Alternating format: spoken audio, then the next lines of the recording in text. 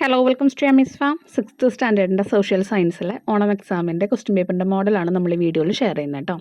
Already നമ്മളൊരു 16 ക്വസ്റ്റ്യനോളം ഇതിൽ discuss ചെയ്യുന്നുണ്ട്. സോ അറിയാം, പുതിയ സിലബസ് ആണ്. സോ നിങ്ങൾക്ക് എങ്ങനെ ക്വസ്റ്റ്യൻസ് വരും, എന്തൊക്കെയാണ് വരിക എന്നുള്ളത് അറിയാനുള്ള ഒരു വഴി ഉണ്ടാവില്ല. അതുകൊണ്ടാണ് നമ്മൾ ഇങ്ങനെയുള്ള ക്വസ്റ്റ്യൻ പേപ്പർ മോഡൽസ് ഇവിടെ ഷെയർ ചെയ്യുന്നത് കേട്ടോ. നമുക്ക് സ്റ്റാർട്ട് ചെയ്യാം. First one, name one place where early human lives in caves. അപ്പോൾ ഗുഹകളിലായിട്ട് പണ്ടത്തെ ആൾക്കാർ താമസിച്ചിരുന്ന സ്ഥലം ഭീംബെട്ക, ഇന്ത്യയിലെ.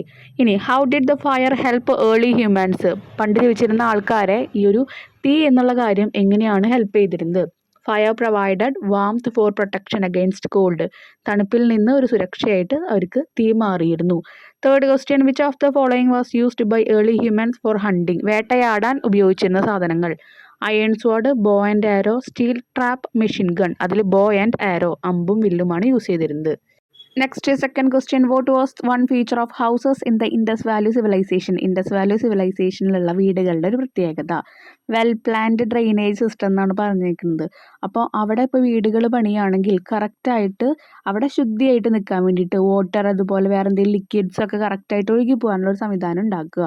Next, why did ancient civilisation use seals. എന്തിനാണ് സീലുകളൊക്കെ ആൻഷ്യൻ സിവിലൈസേഷനിൽ ഉപയോഗിച്ചിരിക്കുന്നത്? അതെന്തിനായിരിക്കും? പുരാതന സംസ്കാരങ്ങൾ, മുദ്രകൾ, അതുപോലെ വ്യാപാരത്തിനും ഉടമസ്ഥാവകാശം കാണിക്കാനൊക്കെ വേണ്ടിയിട്ടാണ് ഈ ഒരു സീലുകൾ ഉപയോഗിച്ചിരുന്നത്. അപ്പോൾ to make ownership, trade or authenticate goods. ഇനി അതിൽ C question, which of the following was a city of the Indus valley. Indus വാലിയിലുള്ള ഒരു സിറ്റി അത് തന്നിരിക്കുന്നതിൽ ഏതാണെന്നാണ് ചോദിച്ചിരിക്കുന്നത്. ഹാരപ്പയുണ്ട്, വാരണാസി ഉണ്ട്, ഡൽഹി ഉണ്ട്, മുംബൈ ഉണ്ട്. അതിൻ്റെ ആൻസർ ഹാരപ്പയാണ്. നെക്സ്റ്റ് തേർഡ് ക്വസ്റ്റ്യൻ ആണ്, what was the iqta system in sultanate period. Sultanate പീരീഡിലുള്ള ഇക്ത സിസ്റ്റം എന്താണെന്ന് ചോദിച്ചിരിക്കുന്നത്. ഇതൊക്കെ വളരെ കറക്റ്റായിട്ട് നമ്മുടെ ടെക്സ്റ്റിലുണ്ട് കേട്ടോ. A land grant system where land was given to officers instead of salary. അപ്പോൾ നമ്മൾ ഓരോ ഓഫീസേഴ്സിനും സാലറി കൊടുക്കുന്നതിന് പകരം നമ്മൾ നമ്മുടെ ഉടമസ്ഥയിലുള്ള സ്ഥലങ്ങൾ കൊടുക്കുകയാണ്. അതിനെയാണ് ഇക്ത സിസ്റ്റം എന്ന് പറഞ്ഞിട്ടുണ്ട്. Name one responsibility of the iqtadar. ഇക്താദാറിൻ്റെ ഒരു റെസ്പോൺസിബിലിറ്റി എന്തായിരുന്നു അവരുടെ ഉത്തരവാദിത്തം എന്നാണ് ചോദിച്ചിരിക്കുന്നത്. To collect taxes from the assigned land. അവർക്ക് കൊടുത്തിരിക്കുന്ന ആ ലാൻഡ് ഉണ്ടാവുമല്ലോ, ആ ലാൻഡിൽ നിന്ന് കറക്റ്റായിട്ട് ടാക്സസ് കളക്ട് ചെയ്യുക, നികുതി ശേഖരിക്കുക. Next 3C, which of the following was a major export of medieval India. Medieval ഇന്ത്യയിൽ ഏറ്റവും കൂടുതൽ എക്സ്പോർട്ട് ചെയ്തത് എന്തായിരുന്നു? Cotton textile, smart phone, car, laptop. Medieval India എന്ന് പറയുമ്പോൾ ഇപ്പോൾ പുരോഗമിച്ചിട്ടില്ല. അപ്പോൾ അന്ന് കോട്ടൺ ടെക്സ്റ്റൈൽ ആയിരിക്കും. അപ്പോൾ അത് നമ്മൾ എഴുതി. Who was a famous Mughal emperor known for his അഡ്മിനിസ്ട്രേഷന് ഏറ്റവും കൂടുതൽ പേര് കേട്ട ഒരാൾ ഏതായിരുന്നു? മുഗൾ എംപറർ ആരായിരുന്നു? അക്ബർ ആയിരുന്നു. Next one, how did markets function in medieval India towns. Give one way. എങ്ങനെയാണ് മാർക്കറ്റ് മിഡീവൽ ഇന്ത്യയിലെ ആ ടൗൺസിലൊക്കെ മാർക്കറ്റ്സ് എങ്ങനെയായിരുന്നു ഫംഗ്ഷൻ ചെയ്തിട്ടുണ്ടായിരുന്നത്? എങ്ങനെയായിരുന്നു പ്രവർത്തിച്ചിരുന്നത്? They were centres four buying and selling goods like spices and textile. അന്നത്തെ ചന്ത എന്ന് പറയുന്നത് നമുക്ക് സാധനങ്ങൾ മേടിക്കാനും വിൽക്കാനും പറ്റുന്നതായിരുന്നു. അത് സ്പൈസസും ഉണ്ട്, ടെക്സ്റ്റൈൽസും ഉണ്ട്. പിന്നെ C question, which of the following was A medieval Indian trade centre. ഏതായിരുന്നു മിഡീവൽ ഇന്ത്യൻ ട്രേഡ് സെൻറ്റർ എന്ന് പറഞ്ഞിരുന്ന ഒരു സ്ഥലം? സൂറത്ത്, ബാംഗ്ലൂർ, ചെന്നൈ, കൊൽക്കത്ത. നമുക്കറിയാം സൂറത്താണ്. Next, what is a map scale എന്ന് ചോദിച്ചിരിക്കുന്നത്. A ratio showing the relationship between map distance and real world distance.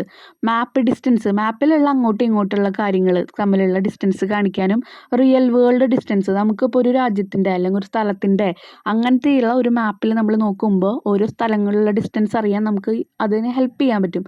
Map scale use ചെയ്യാൻ പറ്റും. അപ്പോൾ അതൊരു റേഷ്യോ ആണ്. Next 5B, how does A map scale help in understanding distance. Give one reason. എങ്ങനെയാണ് മാപ്പ് scale ഇതുപോലെ distance അറിയാൻ വേണ്ടി നമ്മളെ ഹെൽപ്പ് ചെയ്തിരുന്നത്? ഒരു റീസൺ എഴുതുക, ഒരു എക്സാമ്പിൾ എഴുതുക. 1 സെൻറ്റിമീറ്റർ. അപ്പോൾ അതിലൊരു എക്സാമ്പിൾ പറയുമ്പോൾ 1 centimetre on a map equals to 1 kilometre in reality. നമ്മുടെ ഇവിടെ 1 കിലോമീറ്റർ ഉള്ള സ്ഥലങ്ങളൊക്കെ നമ്മൾ മാപ്പിൽ 1 സെൻറ്റിമീറ്റർ എന്നാണ് കൊടുക്കുക. Next 5C, which of the following is a key component of a map. മാപ്പിലെ ഏറ്റവും ഇമ്പോർട്ടൻ്റ് ആയിട്ടുള്ള ഒരു കമ്പോണൻ്റ് എന്ന് പറയുന്നത് എന്താണ്? Compass, battery, engine, screen. നമുക്കറിയാം കോമ്പസ് ആണ്. കോമ്പസ് യൂസ് ചെയ്തിട്ടാണ് നമ്മൾ ദിശ അറിയാറ്, ഡയറക്ഷൻ അറിയാൻ വേണ്ടി യൂസ് ചെയ്യണതാണ്. Next, what are lines of latitude. Latitude നമ്മൾ എന്തിനാണ് പറഞ്ഞിരുന്നത്? ഇമാജിനറി ഹൊറിസോണ്ടൽ ലൈൻസ് ആണ് ഈ ഒരു ലാറ്റിറ്റ്യൂഡ് എന്ന് പറയുന്നത്. അപ്പോൾ ലോങ്ങിറ്റ്യൂഡ് എന്ന് പറയുന്നത് വെർട്ടിക്കൽ ലൈൻസ് ആണ്. അപ്പോൾ imaginary horizontal lines on earth measuring distance north or south of the equator. ഇക്വേറ്ററിൻ്റെ നോർത്തോ സൗത്തോ ഉള്ള ഡിസ്റ്റൻസ് മെഷർ ചെയ്യാൻ വേണ്ടി യൂസ് ചെയ്യുന്നതാണ്. ഇനി 6B, how does latitude affect a place climate? Give one example. എങ്ങനെയാണ് ഈ ലാറ്റിറ്റ്യൂഡ് ഒരു സ്ഥലത്തെ കാലാവസ്ഥയെ അഫക്റ്റ് ചെയ്യുന്നത്, ബാധിക്കുന്നത്? ഒരു എക്സാമ്പിൾ എഴുതാൻ പറഞ്ഞിട്ടുണ്ട്. Places near the equator low latitude are warmer. ഇക്വേറ്ററിന് അടുത്തുള്ള സ്ഥലങ്ങളൊക്കെ കുറച്ച് വാമർ പ്ലേസ് ആയിട്ടാണ് കണ്ടുവരുന്നത്. Due to direct sunlight. ചൂടുള്ള സ്ഥലങ്ങളാണ്. കാരണം എന്താണ്? സൺലൈറ്റ് ഡയറക്റ്റ് ആയിട്ട് കിട്ടുന്നത് ഈ ഒരു ഇക്വേറ്ററിൻ്റെ അടുത്തുള്ള സ്ഥലങ്ങൾക്കാണ്. അപ്പോൾ അതുകൊണ്ടാണ് ഈ ഒരു ലാറ്റിറ്റ്യൂഡിനെ കൊണ്ട് എഫക്റ്റ് ചെയ്തിരിക്കും അവിടുത്തെ ക്ലൈമറ്റ് എന്ന് നമ്മൾ പറയാനുള്ള കാരണം. ഇക്വേറ്റർ എന്താണെന്നറിയാലോ, നമ്മുടെ എർത്തിൻ്റെ നടുവിലൂടെ പോകുന്നത്. ഇനി 6th C, which of the following is a line of latitude? തന്നിരിക്കുന്നതിൽ ഏതാണ് ലാറ്റിറ്റ്യൂഡിൻ്റെ ലൈൻ എന്നാണ് ചോദിച്ചിരിക്കുന്നത്. 4 ഓപ്ഷൻ ഉണ്ട്. Tropic of Capricorn, prime meridian, international date line, Greenwich line. ഇതിലേതാണ് ലാറ്റിറ്റ്യൂഡിൻ്റെ ലൈൻ? ഏതാണ് അതിൻ്റെ ആൻസർ വരുന്നത്? ട്രോപ്പിക് ഓഫ് കാപ്രിക്കോൺ ആണ്. ഇനി 7th one, what is one feature of a democratic government? Democratic ഗവൺമെൻറ്റിൻ്റെ ഒരു ഫീച്ചർ പറഞ്ഞാൽ മതി. People elect their leaders. നമുക്കറിയാം നമ്മുടെ ഭരണം എങ്ങനെയാണ്? നമ്മളാണ് ഇവിടുത്തെ ലീഡേഴ്സിനെ എലക്ട് ചെയ്യുന്നത്. വോട്ട് കൊടുത്ത് നമ്മളാണല്ലോ അവരെ ഭരണത്തിലേക്ക് വരുത്തുന്നത്. ഇനി 7th B, name one role of a village panchayat. Village പഞ്ചായത്തിലെ ഒരു റോളിൻ്റെ പേര് എഴുതാനാണ് പറഞ്ഞിരിക്കുന്നത്. To maintain local roads. അപ്പോൾ അവർ ചെയ്യുന്ന ഒരു റോൾ എന്ന് പറഞ്ഞാൽ എന്താ? അവർ ലോക്കൽ റോഡ്സൊക്കെ ഭംഗിയായി ടാറൊക്കെ ഇട്ട് വൃത്തിയോട് കൂടി നോക്കാൻ വേണ്ടി അവർ മെയിൻറ്റെയിൻ ചെയ്യാറുണ്ട്. ഓക്കെ. ഇനി why is local government important for schools? Given one reason. എന്തുകൊണ്ടാണ് ലോക്കൽ ഗവൺമെൻറ് സ്കൂളുകൾക്ക് ഇമ്പോർട്ടൻ്റ് ആണ് എന്ന് പറയുന്നത്? ഒരു റീസൺ എഴുതാനാണ് പറഞ്ഞത്. കാരണം എന്താണ്? Provide funding for facilities and ടീച്ചേഴ്സിന് ഫണ്ട് കൊടുക്കാനും സാലറി കൊടുക്കാനായാലും ഒരു ഗവൺമെൻറ് സ്കൂളിലെ ഓരോ ഫെസിലിറ്റീസും, ലൈറ്റ്, ബെഞ്ച്, വിൻഡോ, അതിനെല്ലാം അങ്ങനെയുള്ള ഓരോ ഫെസിലിറ്റീസ് കൊടുക്കണമെങ്കിലും നമുക്ക് അവിടെ ലോക്കൽ ഗവൺമെൻറ് വേണം. Next 8th A, name one occupation in medieval Indian village. Medieval Indian വില്ലേജസിലെ ഒരു ഒക്യുപ്പേഷൻ അന്നത്തെ കാലത്ത് ആൾക്കാർ ചെയ്തിരുന്നത് ഫാമിംഗ്, കൃഷി ചെയ്തിരുന്നു. ഇനി 8th B, how did land revenue support medieval kingdom? Give one way. എങ്ങനെയാണ് ഈ ഓരോ സ്ഥലങ്ങളിൽ നിന്നും പിടിച്ചെടുക്കുന്ന റവന്യൂസ് ഉണ്ട്. ഓക്കെ, അതിപ്പോൾ ടാക്സസ് ആയിട്ടാവാം, വേറെ എന്തെങ്കിലും ക്യാഷ് ആയിട്ടാവാം. അതെങ്ങനെയാണ് അവിടുത്തെ ഭരണത്തിന് ഹെൽപ്പ് ചെയ്തിരുന്നത്? It provided fund for the army and administration. അവിടെ ഭരിക്കുന്ന ആൾക്കാർക്കും ആ രാജ്യം കാക്കുന്ന ആർമീസിനും ക്യാഷ് കൊടുക്കാനായിട്ട് ഇങ്ങനെ കിട്ടുന്ന സ്ഥലങ്ങളിൽ നിന്നുള്ള പൈസ അവർ ഉപകരിച്ചിരുന്നു. ഇനി which of the following was A social group in medieval India? Medieval ഇന്ത്യയിൽ ഉണ്ടായിരുന്ന ഒരു social group. Software engineer, nobles, astronaut, pilot. അപ്പം നമ്മൾ പറഞ്ഞിരുന്നത് ഏതായിരുന്നു അന്നത്തെ കാലത്ത് ഉണ്ടായിരുന്ന ഒരു ഗ്രൂപ്പ്? അതിപ്പോൾ നമ്മൾ ഫാമിലി എന്ന് പറയുന്നത് ഒരു ഗ്രൂപ്പ് തന്നെയാണ്. അപ്പോൾ എന്തായിരുന്നു അന്നത്തെ കാലത്ത് ഉണ്ടായിരുന്ന ഒരു ഗ്രൂപ്പ് എന്നാണ് പറഞ്ഞിരിക്കുന്നത്. അന്നത്തെ കാലത്ത് ഉണ്ടായിരുന്ന ഗ്രൂപ്പിനെ പറയണതാണ് ഇവിടെ നോബിൾസ് എന്നുള്ളത്. അപ്പോൾ കറക്റ്റായിട്ട് ഓരോന്നും നമുക്ക് അത് തെറ്റിദ്ധരിക്കപ്പെടാം. ചിലപ്പോൾ ആസ്ട്രോണറ്റ് എന്നൊക്കെ എഴുതും. അങ്ങനെയല്ല, നോബിൾസ് ആണ്. നോബിൾസ് എന്ന് പറയാനുള്ള പേരെന്താണ്? രാജകീയ വർഗ്ഗക്കാർ അല്ലെങ്കിൽ ഉന്നത വർഗ്ഗക്കാരെ പറയണതാണ്. ക്ലിയർ ആയല്ലോ? ഇനി നെക്സ്റ്റ് വൺ, അടുത്ത ഒരു സെക്ഷൻ ഓഫ് ക്വസ്റ്റ്യൻസ് ആണ് ഞാൻ തരുന്നത് കേട്ടോ. What is one feature of the tool used by early humans in the stone age? നമുക്കറിയാം സ്റ്റോൺ ഏജ് സമയത്ത് കല്ലുകൊണ്ട് ആൾക്കാർ ഉപകരണങ്ങളൊക്കെ ഉപയോഗിച്ചിരുന്ന സമയത്ത് ഉള്ള ഒരു ഫീച്ചർ എഴുതാനാണ് പറഞ്ഞിരുന്നത്. അതിൽ തന്നെയുണ്ട് feature, they were made of stone, bone or wood. അന്ന് യൂസ് ചെയ്തിരുന്ന ടൂൾസ് എന്ന് പറയുന്നത് എന്തൊക്കെ കൊണ്ടൊക്കെയാണ്?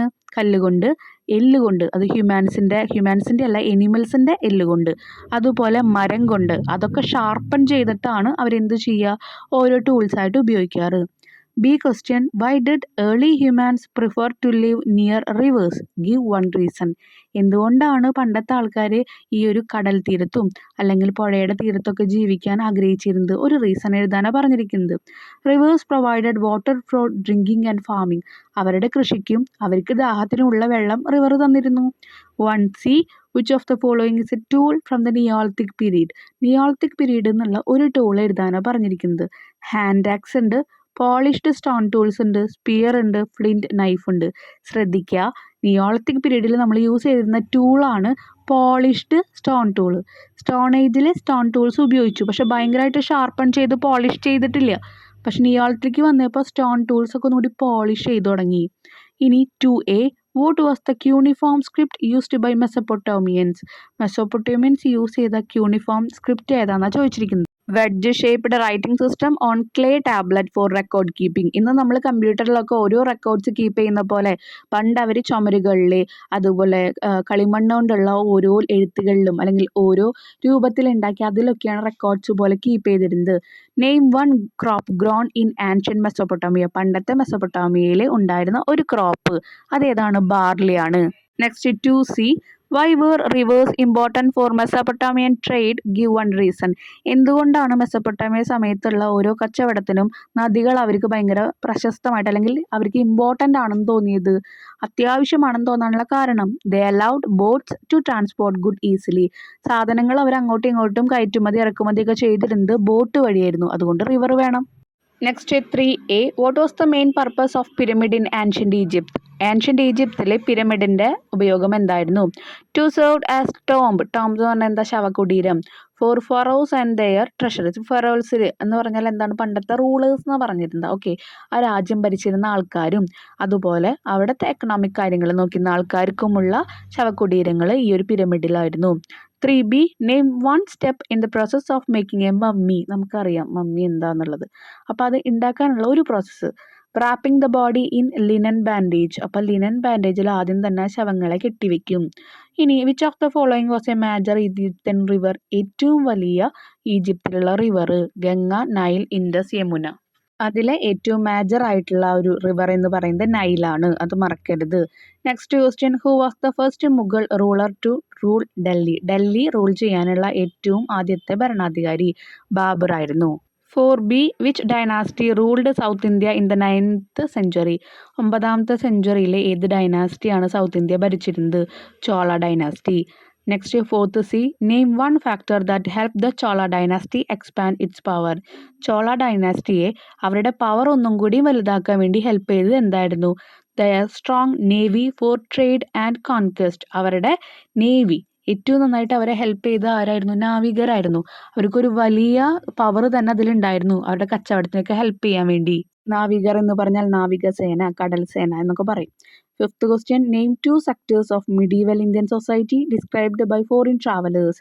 2 സെക്ടേഴ്സ് ഫോറിൻ ട്രാവലേഴ്സ് ഏറ്റവും കൂടുതൽ പറഞ്ഞിരുന്നത് അല്ലെങ്കിൽ അവർ ഡിസ്ക്രൈബ് ചെയ്യുന്ന 2 ഫീൽഡ് ഏതൊക്കെയായിരുന്നു? നമുക്കറിയാം അഗ്രികൾച്ചറും ട്രേഡും ആയിരുന്നു നമ്മുടെ പുറമെന്ന് വരുന്ന ആൾക്കാർക്ക് ഏറ്റവും കൂടുതൽ നമ്മുടെ രാജ്യത്ത് അട്രാക്ട് ചെയ്യാൻ പറ്റുന്ന കാര്യങ്ങൾ. ഓക്കെ, ഇനി next. What was one role of artisans in medieval India? നമുക്കറിയാം ഓരോ കലാകാരന്മാരുണ്ടായിരിക്കാം. അവരുടെ ഏറ്റവും വലിയൊരു റോൾ എന്തായിരുന്നു മിഡീവൽ ഇന്ത്യയിലെ? Crafting goods like textile or pottery for trade. അവർ കച്ചവടത്തിന് വേണ്ടിയിട്ട് ഓരോ സാധനങ്ങൾ, ഇപ്പം നമ്മൾ പറയും പോട്ടറി എന്നൊക്കെ പറയുമ്പോൾ മൺകൊണ്ട് പല പല പാത്രങ്ങളും പലതും അവരുണ്ടാക്കിയിട്ടുണ്ട്, പല രൂപങ്ങളും ഉണ്ടാക്കിയിട്ടുണ്ട്. അതുപോലെ തന്നെ ടെക്സ്റ്റൈൽസിലെ പല പല വസ്ത്രങ്ങളായാലും പല പല സാധനങ്ങളായാലും ഉണ്ടാക്കിയിട്ടുണ്ട്. ക്രാഫ്റ്റിംഗ് ഗുഡ്സ്, ആ ഗുഡ്സിൽ പെടുന്നതാണ് ആ കാര്യങ്ങളൊക്കെ. ഓരോ സാധനങ്ങളായാലും ഡ്രസ്സുകളായാലും അവർ കൈകൊണ്ട് നെയ്ത് അല്ലെങ്കിൽ കൈകൊണ്ട് ഉണ്ടാക്കിയിട്ടുണ്ട്. അതൊക്കെ അന്നത്തെ കലാകാരന്മാരുടെ കഴിവായിരുന്നു. 5th C. Which of the following was a major trade item in medieval India? അത് നമുക്ക് എല്ലാവർക്കും അറിയാം. ഏറ്റവും കൂടുതൽ കച്ചവടം നടത്തിയിട്ടുള്ളത് computer, spices, car, mobile phone. ശ്രദ്ധിക്കണം, മിഡീവൽ ഇന്ത്യ എന്ന് പറയുന്നത് ഇന്നത്തെ കാലമല്ല. അപ്പം അന്ന് ഏറ്റവും കൂടുതൽ ഏതായിരിക്കും? സ്പൈസസ് ആണ്. ഇനി what was the land revenue system called during the Mughal period? Mughal പീരീഡിൽ ഉണ്ടായിരുന്ന ലാൻഡ് റവന്യൂ സിസ്റ്റത്തിന് പറഞ്ഞിരുന്ന പേര് സാബ്റ്റ് സിസ്റ്റം എന്നായിരുന്നു. 6th B. Name one duty of officers who received land as wages in the sultanate period. Sultanate പീരീഡിൽ അവരുടെ കൂലിയായിട്ട് അവർക്ക് കിട്ടിയിരുന്നത് ഓരോ സ്ഥലങ്ങളായിരുന്നു. അങ്ങനെയുള്ള ഓഫീസേഴ്സിൻ്റെ ഒരു ഡ്യൂട്ടി പറയാനാണ് പറഞ്ഞിരിക്കുന്നത്. Name one duty of officers. അപ്പോൾ ആർക്കാണോ അവർക്ക് കൂലിയായിട്ട് ലാൻഡ് കിട്ടി അങ്ങനത്തെ ഓഫീസറിൻ്റെ ഒരു ഡ്യൂട്ടി പറയാം. To maintain law and order in their region. അവരുടെ റീജിയനിലുള്ള സ്ഥലത്തെ നിയമങ്ങളും കാര്യങ്ങളും ഒക്കെ എടുത്തിരുന്ന നിയമങ്ങളും അതിനനുസരിച്ചിട്ടുള്ള പ്രവർത്തികളും ഓർഡറുകളും ചെയ്തിരുന്ന ആൾക്കാർക്കാണ് സ്ഥലം അവരുടെ കൂലിയായി കിട്ടിയിരുന്നത്. 6th C. Which of the following was a feature of the Mughal land system? Mughal land സിസ്റ്റത്തിൻ്റെ ഒരു ഫീച്ചർ എഴുതാനാണ് പറഞ്ഞിരിക്കുന്നത്. കുറേ എഴുതിയിട്ടുണ്ട്. Zamindari, barter trade, factory system, digital tax. അതിലെ ആൻസർ സാമിന്ദാരിയാണ്. ഇനി what is sovereignty in the context of a state, the authority of a state to govern itself independently without outside interference. മറ്റുള്ളവരുടെ നമ്മുടെ ആ ഒരു രാജ്യത്തിൻ്റെ പുറമെ അല്ലെങ്കിൽ സ്റ്റേറ്റിൻ്റെ പുറമെയുള്ള ആൾക്കാരുടെ ആ ഒരു കൈക്കടത്തിലില്ലാതെ നമ്മൾ തന്നെ നമ്മുടെ സ്ഥലത്തെ എന്തു ചെയ്യുക, ഭരിക്കുക. അതിനുള്ള ആ ഒരു അതോറിറ്റീനെ പറയണതാണ് ഈ ഒരു സോവർണിറ്റി എന്ന് പറയുന്നത്. 7th B, name one service as A local government provide in your town. നിങ്ങളുടെ ടൗണിലെ ലോക്കൽ ഗവൺമെൻറ് തരുന്ന ഒരു സർവീസ് എഴുതുക. വേസ്റ്റ് മാനേജ്മെൻറ്റ്, വേസ്റ്റൊക്കെ എടുക്കാനായിട്ട് വേസ്റ്റ് മാനേജ് ചെയ്യുന്ന ആൾക്കാർ വരാറുണ്ട്. 7th C, if a town had no government what is one problem that might arise. ഒരു സ്ഥലത്ത് ഗവൺമെൻറ് ഇല്ലെങ്കിൽ എന്ത് പ്രശ്നമായിരിക്കും അവിടെ ഉണ്ടാവുക? Uncollected garbage leading to health issue. ഒരു കാര്യം മാത്രം നമുക്ക് ഇമ്പോർട്ടൻ്റ് ആയിട്ട് പറയാൻ പറ്റും, ഗാർബേജ് വേസ്റ്റ് ഒരുപാടായിട്ട് വന്നു കഴിഞ്ഞാൽ അത് മെയിൻറ്റെയിൻ ചെയ്യാൻ ആരും ഇല്ലെങ്കിൽ അവിടെ എന്തായാലും ആരോഗ്യ പ്രശ്നങ്ങൾ ഉണ്ടാവും. What is the equator? എന്താണ് equator? An imaginary line around earth middle. എർത്തിൻ്റെ നടുവിലായിട്ട് കാണുന്ന ഒരു ഇമാജിനറി ലൈൻ, ഒരു സാങ്കല്പിക ലൈനാണ്. Dividing it into northern and southern hemisphere. അങ്ങനെ ഒരു വരയുള്ളതുകൊണ്ടാണ് മുകളിലേക്ക് നോർത്ത് ആണും താഴേക്ക് സദേൺ ഹെമിസ്ഫിയർ ആണെന്നുള്ളത് നമുക്ക് മനസ്സിലാകുന്നത്. 8th B, how does knowing A place latitude help in planning A trip. ഒരു ട്രിപ്പ് പ്ലാൻ ചെയ്യുമ്പോൾ ലാറ്റിറ്റ്യൂഡിൻ്റെ പ്ലേസ് ഒക്കെ കറക്റ്റായിട്ട് ഐഡൻറ്റിഫൈ ചെയ്താൽ എങ്ങനെയാണ് അതിൻ്റെ ഹെൽപ്പ് വരിക? നമുക്ക് ഒരു വേ പറയാനാണ് പറഞ്ഞിരിക്കുന്നത്. It helps to predict the climate. നമ്മളൊരു ട്രിപ്പ് പോകുമ്പോൾ സ്ഥലങ്ങളെ അറിയാനും ആ സ്ഥലങ്ങളിൽ എന്തൊക്കെയാണ് ക്ലൈമറ്റ് എന്ന് അറിയാനും നമ്മളെ ഹെൽപ്പ് ചെയ്യും. Places near the equator need light clothing due to heat. നല്ലോണം ചൂടുണ്ടാവും ഇക്വേറ്ററിന് അടുത്ത് വരുന്ന സ്ഥലങ്ങൾ, അതുകൊണ്ട് അവിടെ ലൈറ്റ് വെയിറ്റ് ആയിട്ടുള്ള തുണികൾ ഇട്ടാൽ മതി. ഇക്വേറ്ററിൻ്റെ അവിടെ നിന്ന് ദൂരെ പോകുമ്പോൾ നല്ല തണുപ്പുണ്ടാവും, അവിടെ നല്ല കട്ടിയുള്ള ഡ്രസ്സ് ഇടണം. C, which of the following is a line of longitude. ലോങ്ങിറ്റ്യൂഡിൻ്റെ ലൈൻ ഏതാണെന്നാണ് ചോദിച്ചിരിക്കുന്നത്. Tropic of Cancer, prime meridian, equator, Arctic circle. Answer ഏതാണ്? ലോങ്ങിറ്റ്യൂഡിൻ്റെ ലൈൻ പ്രൈം മെറിഡിയൻ ആണ്. അപ്പോൾ ഇതോട് കൂടിയിട്ട് നമ്മുടെ ഈ വീഡിയോ ഡിസ്കഷൻ ഇവിടെ കംപ്ലീറ്റ് ചെയ്യാണ്. എനിക്കറിയാം ഒരുപാട് സെക്ഷനിലേക്കൊന്നും നമുക്ക് പോകാൻ പറ്റിയിട്ടില്ല, പക്ഷേ ഇമ്പോർട്ടൻ്റ് ആയിട്ടുള്ള എല്ലാ ക്വസ്റ്റ്യൻസും നമ്മളിതിൽ കവർ ചെയ്തിട്ടുണ്ട് കേട്ടോ. സോ എക്സാമിനുള്ള എല്ലാ പഠിപ്പും കഴിഞ്ഞാൽ എന്തായാലും ഈ വീഡിയോ ഒരു റിവൈസ് എന്നുള്ള വേയിൽ നിങ്ങൾ വാച്ച് ചെയ്യുക. എന്തെങ്കിലും ഡൗട്ട്സ് ഉണ്ടെങ്കിൽ കമൻറ്റ് സെക്ഷനിൽ പറയാം കേട്ടോ. താങ്ക്